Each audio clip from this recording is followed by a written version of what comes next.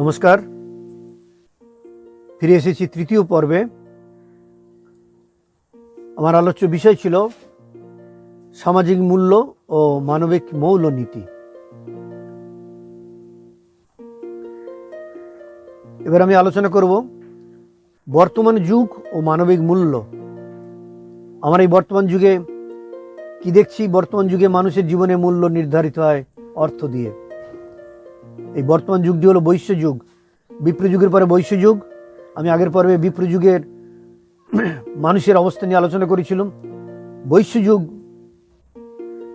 এই যুগে সবকিছুই কাঞ্চন মূল্যে ঠিক হয়।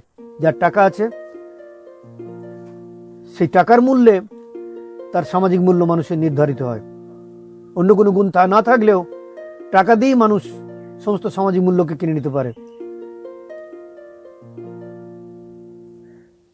যস্যাস্তি বিত্তম স নর কুলীন স্বপণ্ডিত শ্রুতবান গুণজ্ঞ স এব বক্তা সচ দর্শনীয় সর্বে গুণা কাঞ্চনমাশ্রয়ন্তি। যার কাছে বিত্ত রয়েছে তারই সমস্ত গুণ, তারই সমস্ত সম্মান। কাঞ্চন কৌলিন্য লাভ না করলে আজকের যুগে সম্মান আশা করা যায় না। বাকি সমস্ত শ্রেণীর বিত্তহীন মানুষকে জীবিকা সংগ্রহের জন্য এই তথাকথিত বিত্তবানদের চাটুকারিতা করতে হয়, স্থাবকতা করতে হয়। মানবিক মূল্যের এখানে এক কানাকড়িও দাম নেই। মানুষ এখানে শুধু অর্থ উপার্জনের হাতিয়ার। বিত্তমানেরা রজতচক্রের জোরে কিনে রেখেছে সকলের মাথাকে। নিজেদের সংকীর্ণ স্বার্থপূর্তির জন্য এরা নিজেদের সমস্ত মানবীয় মূল্যবোধকে তো বিসর্জন দিয়েছেই, সঙ্গে সঙ্গে সমাজের অপর সকলের জীবন নিয়ে এরা শকুনির মতো পাছা খেলা শুরু করেছে। একে একে সবকিছু হারিয়েই দুমুঠো অন্ন জোটানোর জন্য সবাই সকাল থেকে রাত্রি পর্যন্ত দৌড়চ্ছে, ব্যস্ত থাকছে। তাই আজকের মানুষের জীবন বেদ হয়ে দাঁড়িয়েছে ঘোলা জলে নেমে পানা ঠেলে নীতি ও গঙ্গেতি প্রাতঃস্নান বিগত স্পৃহ পাকস্থলিতে যেন তেন দুটি অন্নদান। আর যারা সমাজের উচ্চস্তরে বসে রয়েছে তারা লাভ গতি, টানাটানি, অতি সূক্ষ্ম ভগ্নাংশভাগ, কলহ সংশয়ে ব্যস্ত। মানুষের দিকে তাকানোর তাদের সময় কোথায়? বরং এই স্বার্থ সিদ্ধির জন্য তারা মানুষের হাড় চিবোয়, রক্ত শুষে পান করে। এতে অপরের প্রতি সহানুভূতি, দয়া, মায়া, মমতার কোনো স্থান নেই। সবাই নিজের তল্পি বাঁধতে ব্যস্ত। বাইরে বেরুলে স্টেশনে, বাজারে শত শত বিক্রির মেলা আমরা অতীতে দেখেছি, এখনো আছে।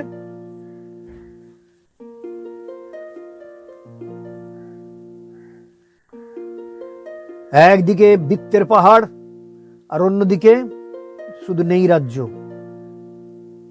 একদিকে স্কাই ক্র্যাপার, বহুতল অট্টালিকার বিলাস ব্যসন বৈভব, প্রাচুর্যের ঝলকানি, বিলাস ব্যসনের স্রোত, অঢেল টাকা, বৃত্ত, জীবনকে শুধু ভোগ আর ভোগের দিকে মানুষ ছুটিয়ে দিচ্ছে মুষ্টিমেয় কিছু মানুষ। আর অন্যদিকে সমাজের বেশিরভাগ মানুষ, তাদের জীবনটা হলো যেন ওই কবি সুকান্তের ভাষায় ক্ষুধার রাজ্যে পৃথিবী গদ্যময়, পূর্ণিমা চাঁদ যেন ঝলসানো রুটি।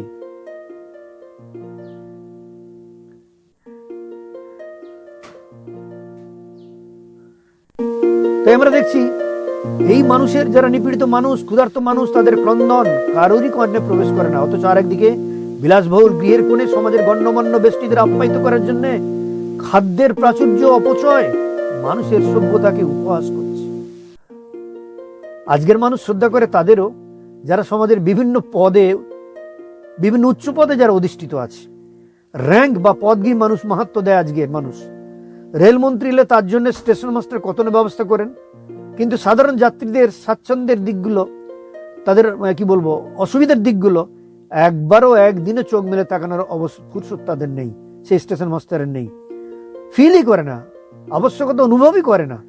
হ্যাঁ, যদি ওই রেল মিনিস্টার বা ডিএম, কি বলবো জেনারেল ম্যানেজার, ডিআরএম এসে গেল, তখন তাদেরকে খুশি করার জন্য সবাই হামলে পড়ে। প্রথম শ্রেণী কর্মচারীদের জন্য বাংলোর পর বাংলো তৈরি হয়, কিন্তু বস্তি এলাকার বাসিন্দাদের মাথা গোজার ঠাঁই পর্যন্ত নেই। একথা চিন্তা করার কেউ নেই। মানুষের সর্বনিম্ন প্রয়োজন মেটাবার দায়িত্ব সর্বপ্রথম। মানুষের জন্য অন্যের দরকার, থালারও দরকার, কত মানি, কিন্তু গরিবের ভাগ্যে অন্য যেখানে যথেষ্ট মিলিতেছে না, সেখানে থালা সম্বন্ধে একটু কষাকষি করা দরকার। যখন দেখিব ভারত জুড়িয়া অন্ন সত্য খোলা হইয়াছে, তখন অন্নপূর্ণার কাছে সোনার থালা দাবি করিবার দিন আসবে। রবীন্দ্রনাথ ঠাকুর। তাই আজকের তথাকথিত শিক্ষিত মানুষেরা, যারা শিক্ষার অভিমান নিয়ে অশিক্ষিতদের ঘৃণা করে, বলে অশিক্ষিত, শিক্ষার আলো প্রবেশ করেনি, গরিব মানুষ, নাক কোঁচকায় দুধছাই করে, তারা সাধারণ মানুষের সঙ্গে মিশতে পারে না। শিক্ষার অভিমান, ধনের অহংকার, শিক্ষার অভিমানে। তাই তারা গ্রামীণ সমাজকে পরিত্যাগ করে শহরের বাসিন্দা হতে চান। গ্রামে যাবার প্রশ্ন উঠলে তারা বলেন, গ্রামে গিয়ে কি করব? ওখানে সব একগাদা মূর্খের দল, কালোকুচ্ছিত মূর্খের দল বাস করে। তাই শুধু শহরে উন্নতির পরিকল্পনা হয়, আর গ্রাম থেকে যায় আগের মতোই অবহেলিত। রাজনৈতিক নেতারা ভোট ভিক্ষার জন্য সময় পড়লে গ্রামে মাঝে মাঝে আসেন বড় বড় প্রতিশ্রুতির ঝুলি নিয়ে, পসরা নিয়ে, আর সেই সমস্ত নিরীহ মানুষ, নিরীহ গ্রামবাসীদের কাছে চাতুর্যের দ্বারা শোনান বড় বড় কথা, আমাকে জিতিয়ে দিন, দিলে এই করে দেবো, ওই করে দেবো, পাইয়ে দেব। কিন্তু সেই গ্রামেই হয়তো ওষুধের অভাবে রোগীর মৃত্যু হচ্ছে, খাদ্যের অভাবে মানুষ ভিখারি হচ্ছে। এইরকম মানুষের ন্যূনতম প্রয়োজনের অপূর্তি তার মনুষ্যত্বকে পদে পদে উপহাস করছে। এই গ্রামের মানুষেরাই তো সমাজের মেরুদণ্ড, আসল মেরুদণ্ড। শুধু গ্রামেই বা বলি কেন, শহরের সেই সাধারণ মানুষগুলো, তারাই বা সমান সুযোগ পায় কোথায়? এখনো শহরের বড় বড় রাস্তার ফুটপাতগুলো বহু মানুষের বাসস্থান হয়ে দাঁড়িয়েছে। আবার রবীন্দ্রনাথের কথায় ফিরে আসি। তিনি বললেন, চিরকালই মানুষের সভ্যতায় একদল অখ্যাত লোক থাকে, তাদের সংখ্যাই বেশি, তারাই বাহন, তাদের মানুষ হবার সময় নেই। দেশের সম্পদের উচ্ছিষ্টে তারা পালিত, সবচেয়ে কম খেয়ে পরে, কম শিখে, বাকি সকলের চেয়ে বেশি তাদের পরিশ্রম, সকলের চেয়ে বেশি তাদের অসম্মান। কথায় কথায় তারা উপোস করে মরে, উপরওয়ালাদের লাথি ঝাঁটা খেয়ে মরে। জীবনযাত্রার জন্য সবকিছু সুবিধা, সব থেকে তারা বঞ্চিত।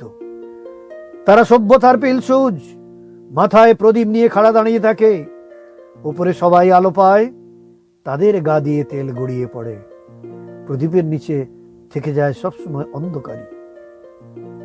এইভাবে মানুষের অবমাননা, মানবিক মূল্যের অবহেলা আজকের এক সামাজিক ব্যাধিতে পরিণত হয়েছে। মানবিক মূল্যের অবমাননার আরেকটা জ্বলন্ত উদাহরণ হলো আজকের বিচার ব্যবস্থা। অপরাধী হোক বা না হোক, কেউ ধরা পড়লে তাকে আসামির কাঠগড়ায় দাঁড়াতে হবে, ও তার বিচার হবে সাক্ষ্যের ভিত্তিতে আর উকিলের বাকচাতুর্যে। ভারতবর্ষের মতো তথাকথিত গণতান্ত্রিক দেশে দুর্নীতি যেখানে হাড়ে মজ্জায়, সেখানে টাকা দিয়ে দক্ষ উকিল পাওয়া যায়, যারা হ্যাঁ কে না কে হ্যাঁ করে দিতে পারে। আর টাকা দিয়ে যেখানে সাক্ষীকে কিনতে পাওয়া যায়, সেখানে বিচারটা একটা প্রহসন হয়ে যায়। বিচারের বাণী তাই নীরবে নির্ভীতে কাঁদে, এখনো কেঁদে চলেছে। যার অর্থ আছে সে নাম করে উকিলের সাহায্য নিয়ে আইনের মারপ্যাচে প্রকৃত অপরাধী হয়েও নির্দোষ প্রমাণিত হয়ে বেরিয়ে যায়, আইন তাদের ধরতে পারে না। আর যার অর্থ নেই, সে নির্দোষ হয়েও বড় উকিলে রাখতে পারেনি বলে জেল খাটে। চোর ছাড়া পেয়ে গেলে অপরাধ নিশ্চয়ই, কিন্তু নির্দোষকে শাস্তি দেওয়া আরো বড় মহাপাপ, মানবত্বের কঠোর অবমাননা। আজ যত অপরাধ হয় তার এক বিশেষ কারণ হলো সমাজে সৎ মানুষের অভাব। সৎ মানুষ ব্যক্তিগত জীবনে নীতিবাদকে মেনে চলতে চেষ্টা করে, কিন্তু একসময় দারিদ্র্যের জাঁতাকলে পিষ্ট হয়ে সেই মানুষটি আর কোনো উপায়ান্তর না দেখে ক্ষুণ্ণবৃত্তির জন্য, পরিবারের জন্য একসময় নীতিকে বিসর্জন দিতে বাধ্য হয়। ভাবুন, বাড়িতে বেকার ছেলে, বিবাহযোগ্যা কন্যা, সংসার চলে খুঁড়িয়ে খুঁড়িয়ে, দৈনন্দিন যে জীবন ধারণের প্রয়োজনটুকু ঠিক মতো যেখানে যাদের মেনটেন হয় না, তারপরে লোন, এরকম নানা দুশ্চিন্তা এবং পরিবারের জীবন যন্ত্রণার ক্রসাঘাতই অনেকে বাধ্য হয়ে অপরাধ জগতে পা বাড়িয়ে ফেলে। তারা কিন্তু কেউ সত্যিকারের স্বভাবগত অপরাধী নয়, সমাজের নিষ্ঠুর পরিবেশই তাদের অপরাধী হতে বাধ্য করেছে বা করে। তাই দেখছি আমরা জীবন যন্ত্রণার কষাঘাতে পড়ে একসময় তারা নীতিকে বিসর্জন দিতে বাধ্য হয়, নীতি নিয়ে চললেও একসময় নীতিকে বিসর্জন দিতে বাধ্য হয়। একসময় অপরাধের জন্য তাকে হয়তো আসামির কাঠ গড়ে দাঁড়াতে হয়। সে যে অভাবের তাড়নায় চুরি করেছে, আইনের চোখে কিন্তু তার কোনো মূল্যই নেই, বাধ্য হয়েছে চৌর্যবৃত্তি অবলম্বন করতে অভাবের তাড়নায়। সেই ব্যক্তি অতঃপর যদি চৌর্যবৃত্তির অপরাধে বা চুরি করার অপরাধে জেলে যায়, তার পরিবারের ভরণ পোষণের জন্য দেশের আইনে কিন্তু কোনো ব্যবস্থা নেই। তার ফলে সেই পরিবারের সন্তানরা হয়তো বাঁচার তাগিদে জীবনের কালো পথ একদিন বেছে নেবে। তাদের মা বা সেই ব্যক্তির মেয়ে হয়তো কি করতে হবে, বেঁচে থাকার জন্য বেছে নিতে হবে জীবনের অন্ধকারের পথ, নরকের পথ, ঘৃণ্য নরকের পথ, গণিকা বৃত্তির পথ। অস্তিত্ব রক্ষার জন্য বরণ করে নিতে হবে কলুষতায় ভরা জঘন্য পাপের জীবন। আর ওদের পিতা যখন জেল থেকে ছুটি পাবে, তখন সমস্ত সমাজ তাকে ঘৃণা করবে, চোর বলে অপবাদ দেবে। অপমানে অভিমানে সে তখন মরিয়া হয়ে চুরিকেই বরণ করে নেবে। কেন তো পরিবারে ফিরে এসে দেখলো স্ত্রী নেবে গেছে অন্ধকার জীবনে, ছেলেটা পকেট মার হয়ে গেছে, মেয়েটা ড্রাগ খায়। সে দুহাত দিয়ে আবার নতুন করে আগড়ে ধরবে ওই চুরিকেই, ডাকাতিকেই। এইভাবে দেখা যাচ্ছে কত পরিবার, কত সৎ পরিবার দারিদ্র্যের কষাঘাতে ধ্বংস হয়ে যাচ্ছে দিনে দিনে। কেউ এদের মর্ম ব্যথাকে অন্তর দিয়ে উপলব্ধি করে সহানুভূতির একটু সান্ত্বনা বাক্য শোনাবে না। কারণ মানুষ তো বড় নয় আজকের সমাজে, বড় হচ্ছে তারা যারা কালোবাজারি করে ধরা পড়লে টাকার জোরে বেকসুর ভাবে খালাস পেয়ে যায়। যে যত বড় ভণ্ড ধড়িবাজ আজকের সমাজে সেই তত বলবান।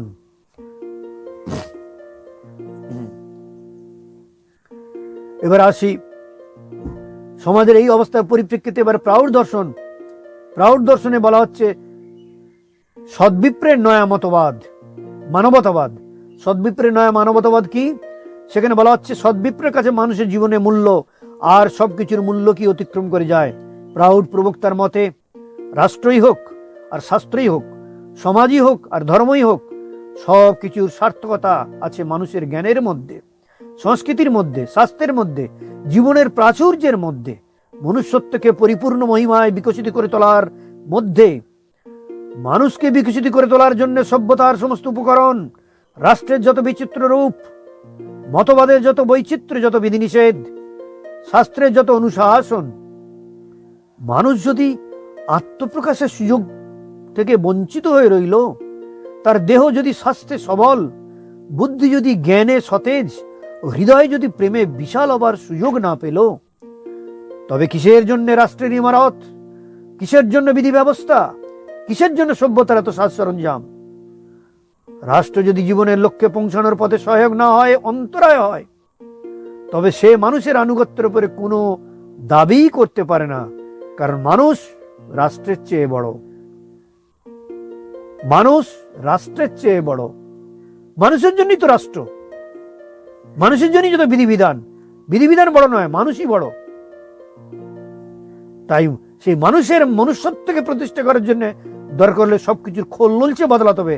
আজকের এই নিষ্ঠুর সমাজ ব্যবস্থার যা কিছু বিধিবিধান, যা মনুষ্যত্বকে অবমাননা করে এসছে, মানুষের মানবিকতাকে অবমাননা করে এসছে, সেই সমস্ত খোল নলচে পাল্টে প্রাউড দর্শন নতুন করে তৈরি হয়েছে। প্রাউড প্রবক্তা তৈরি করেছেন এই প্রাউড দর্শন, মানবতাকে নতুন করে মূল্য দিতে তৈরি হয়েছে সদ্বিপ্রের নয়া মানবতাবাদ।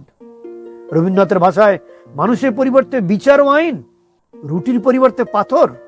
সে পাথর দুর্লভ ও মূল্যবান হতে পারে, কিন্তু তাতে ক্ষুধা দূর হয় না। সামাজিক মূল্যকে মানবিক মূল্যের থেকে বড় করে দেখা হলো আজকের সমাজের চিরাচরিত প্রথা। সদ্বিপ্ররা এই প্রচলিত রীতির মূলে কুঠারাঘাত করতে চায়। সদ্বিপ্র বলছে না, human value precedes social value. মানুষের মূল্যকে সামাজিক মূল্যের আগে স্থান দিতে হবে।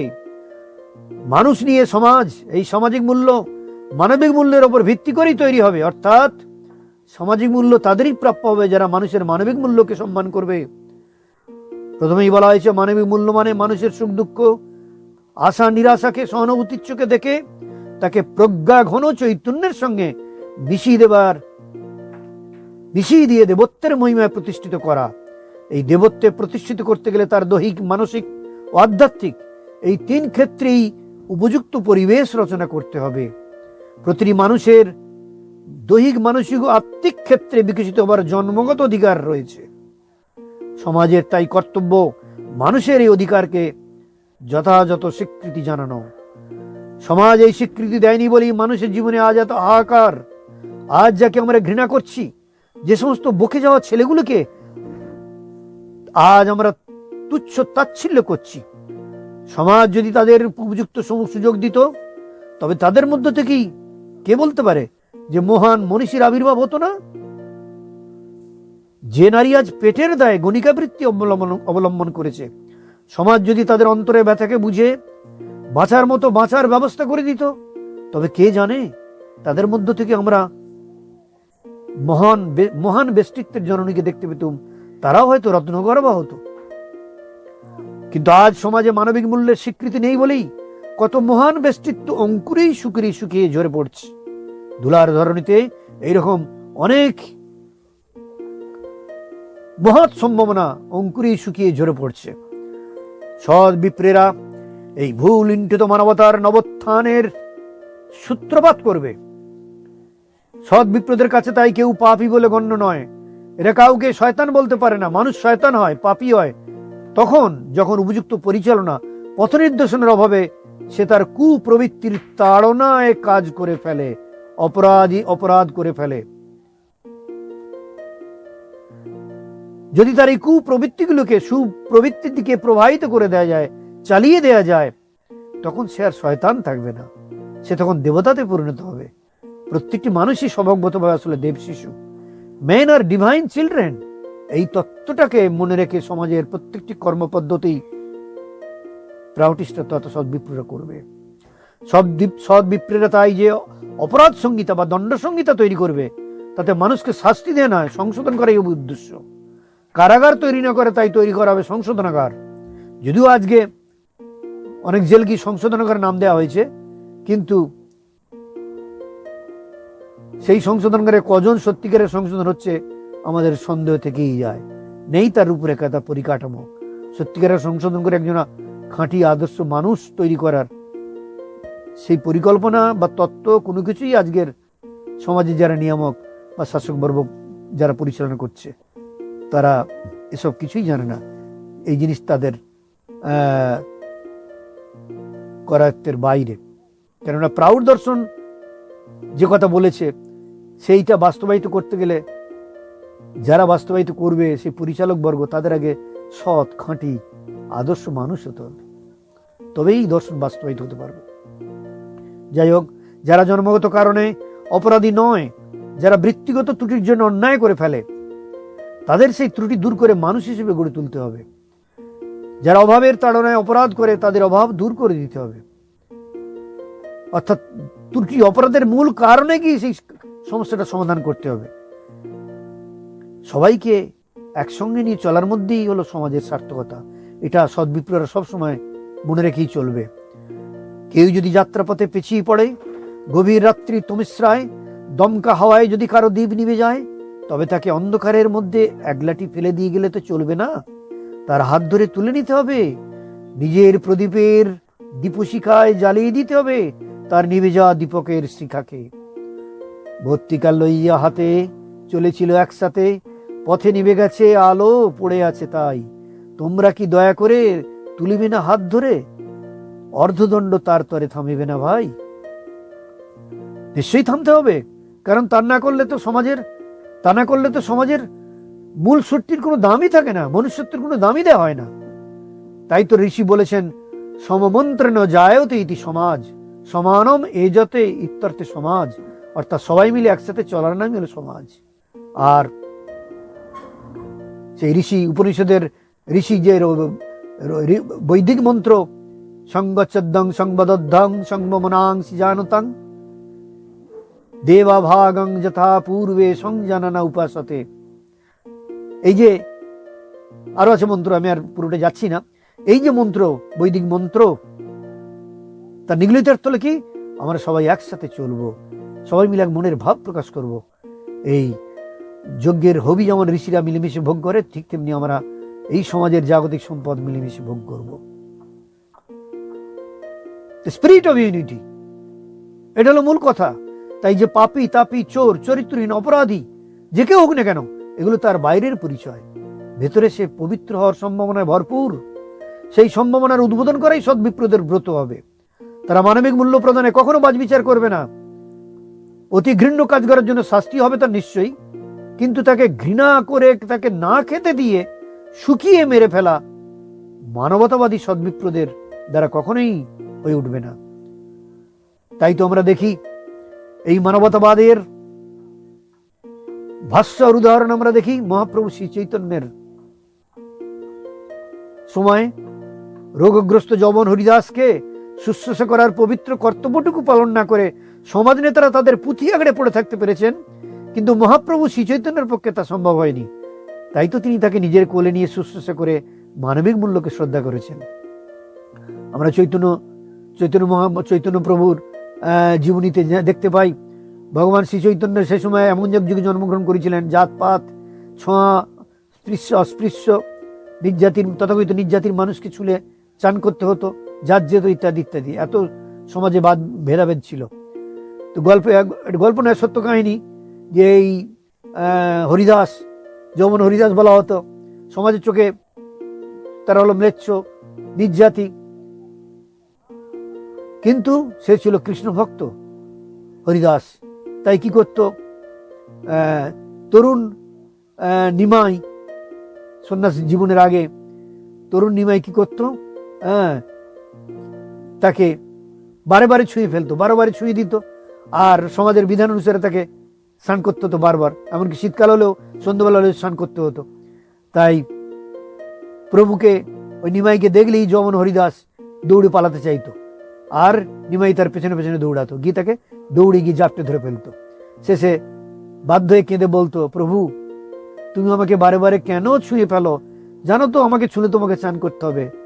তখন প্রভু কি বলতেন, সেই নিমাই তিনি কি বলতেন, তোমাকে আমি বারে বারে জড়িয়ে ধরি নিজেকে পবিত্র হওয়ার জন্য, তোমাকে ছুঁয়ে আমি নিজেকে পবিত্র হই। আহা, এই হলো যথার্থ মানবতাবাদী, নব্য মানবতাবাদী।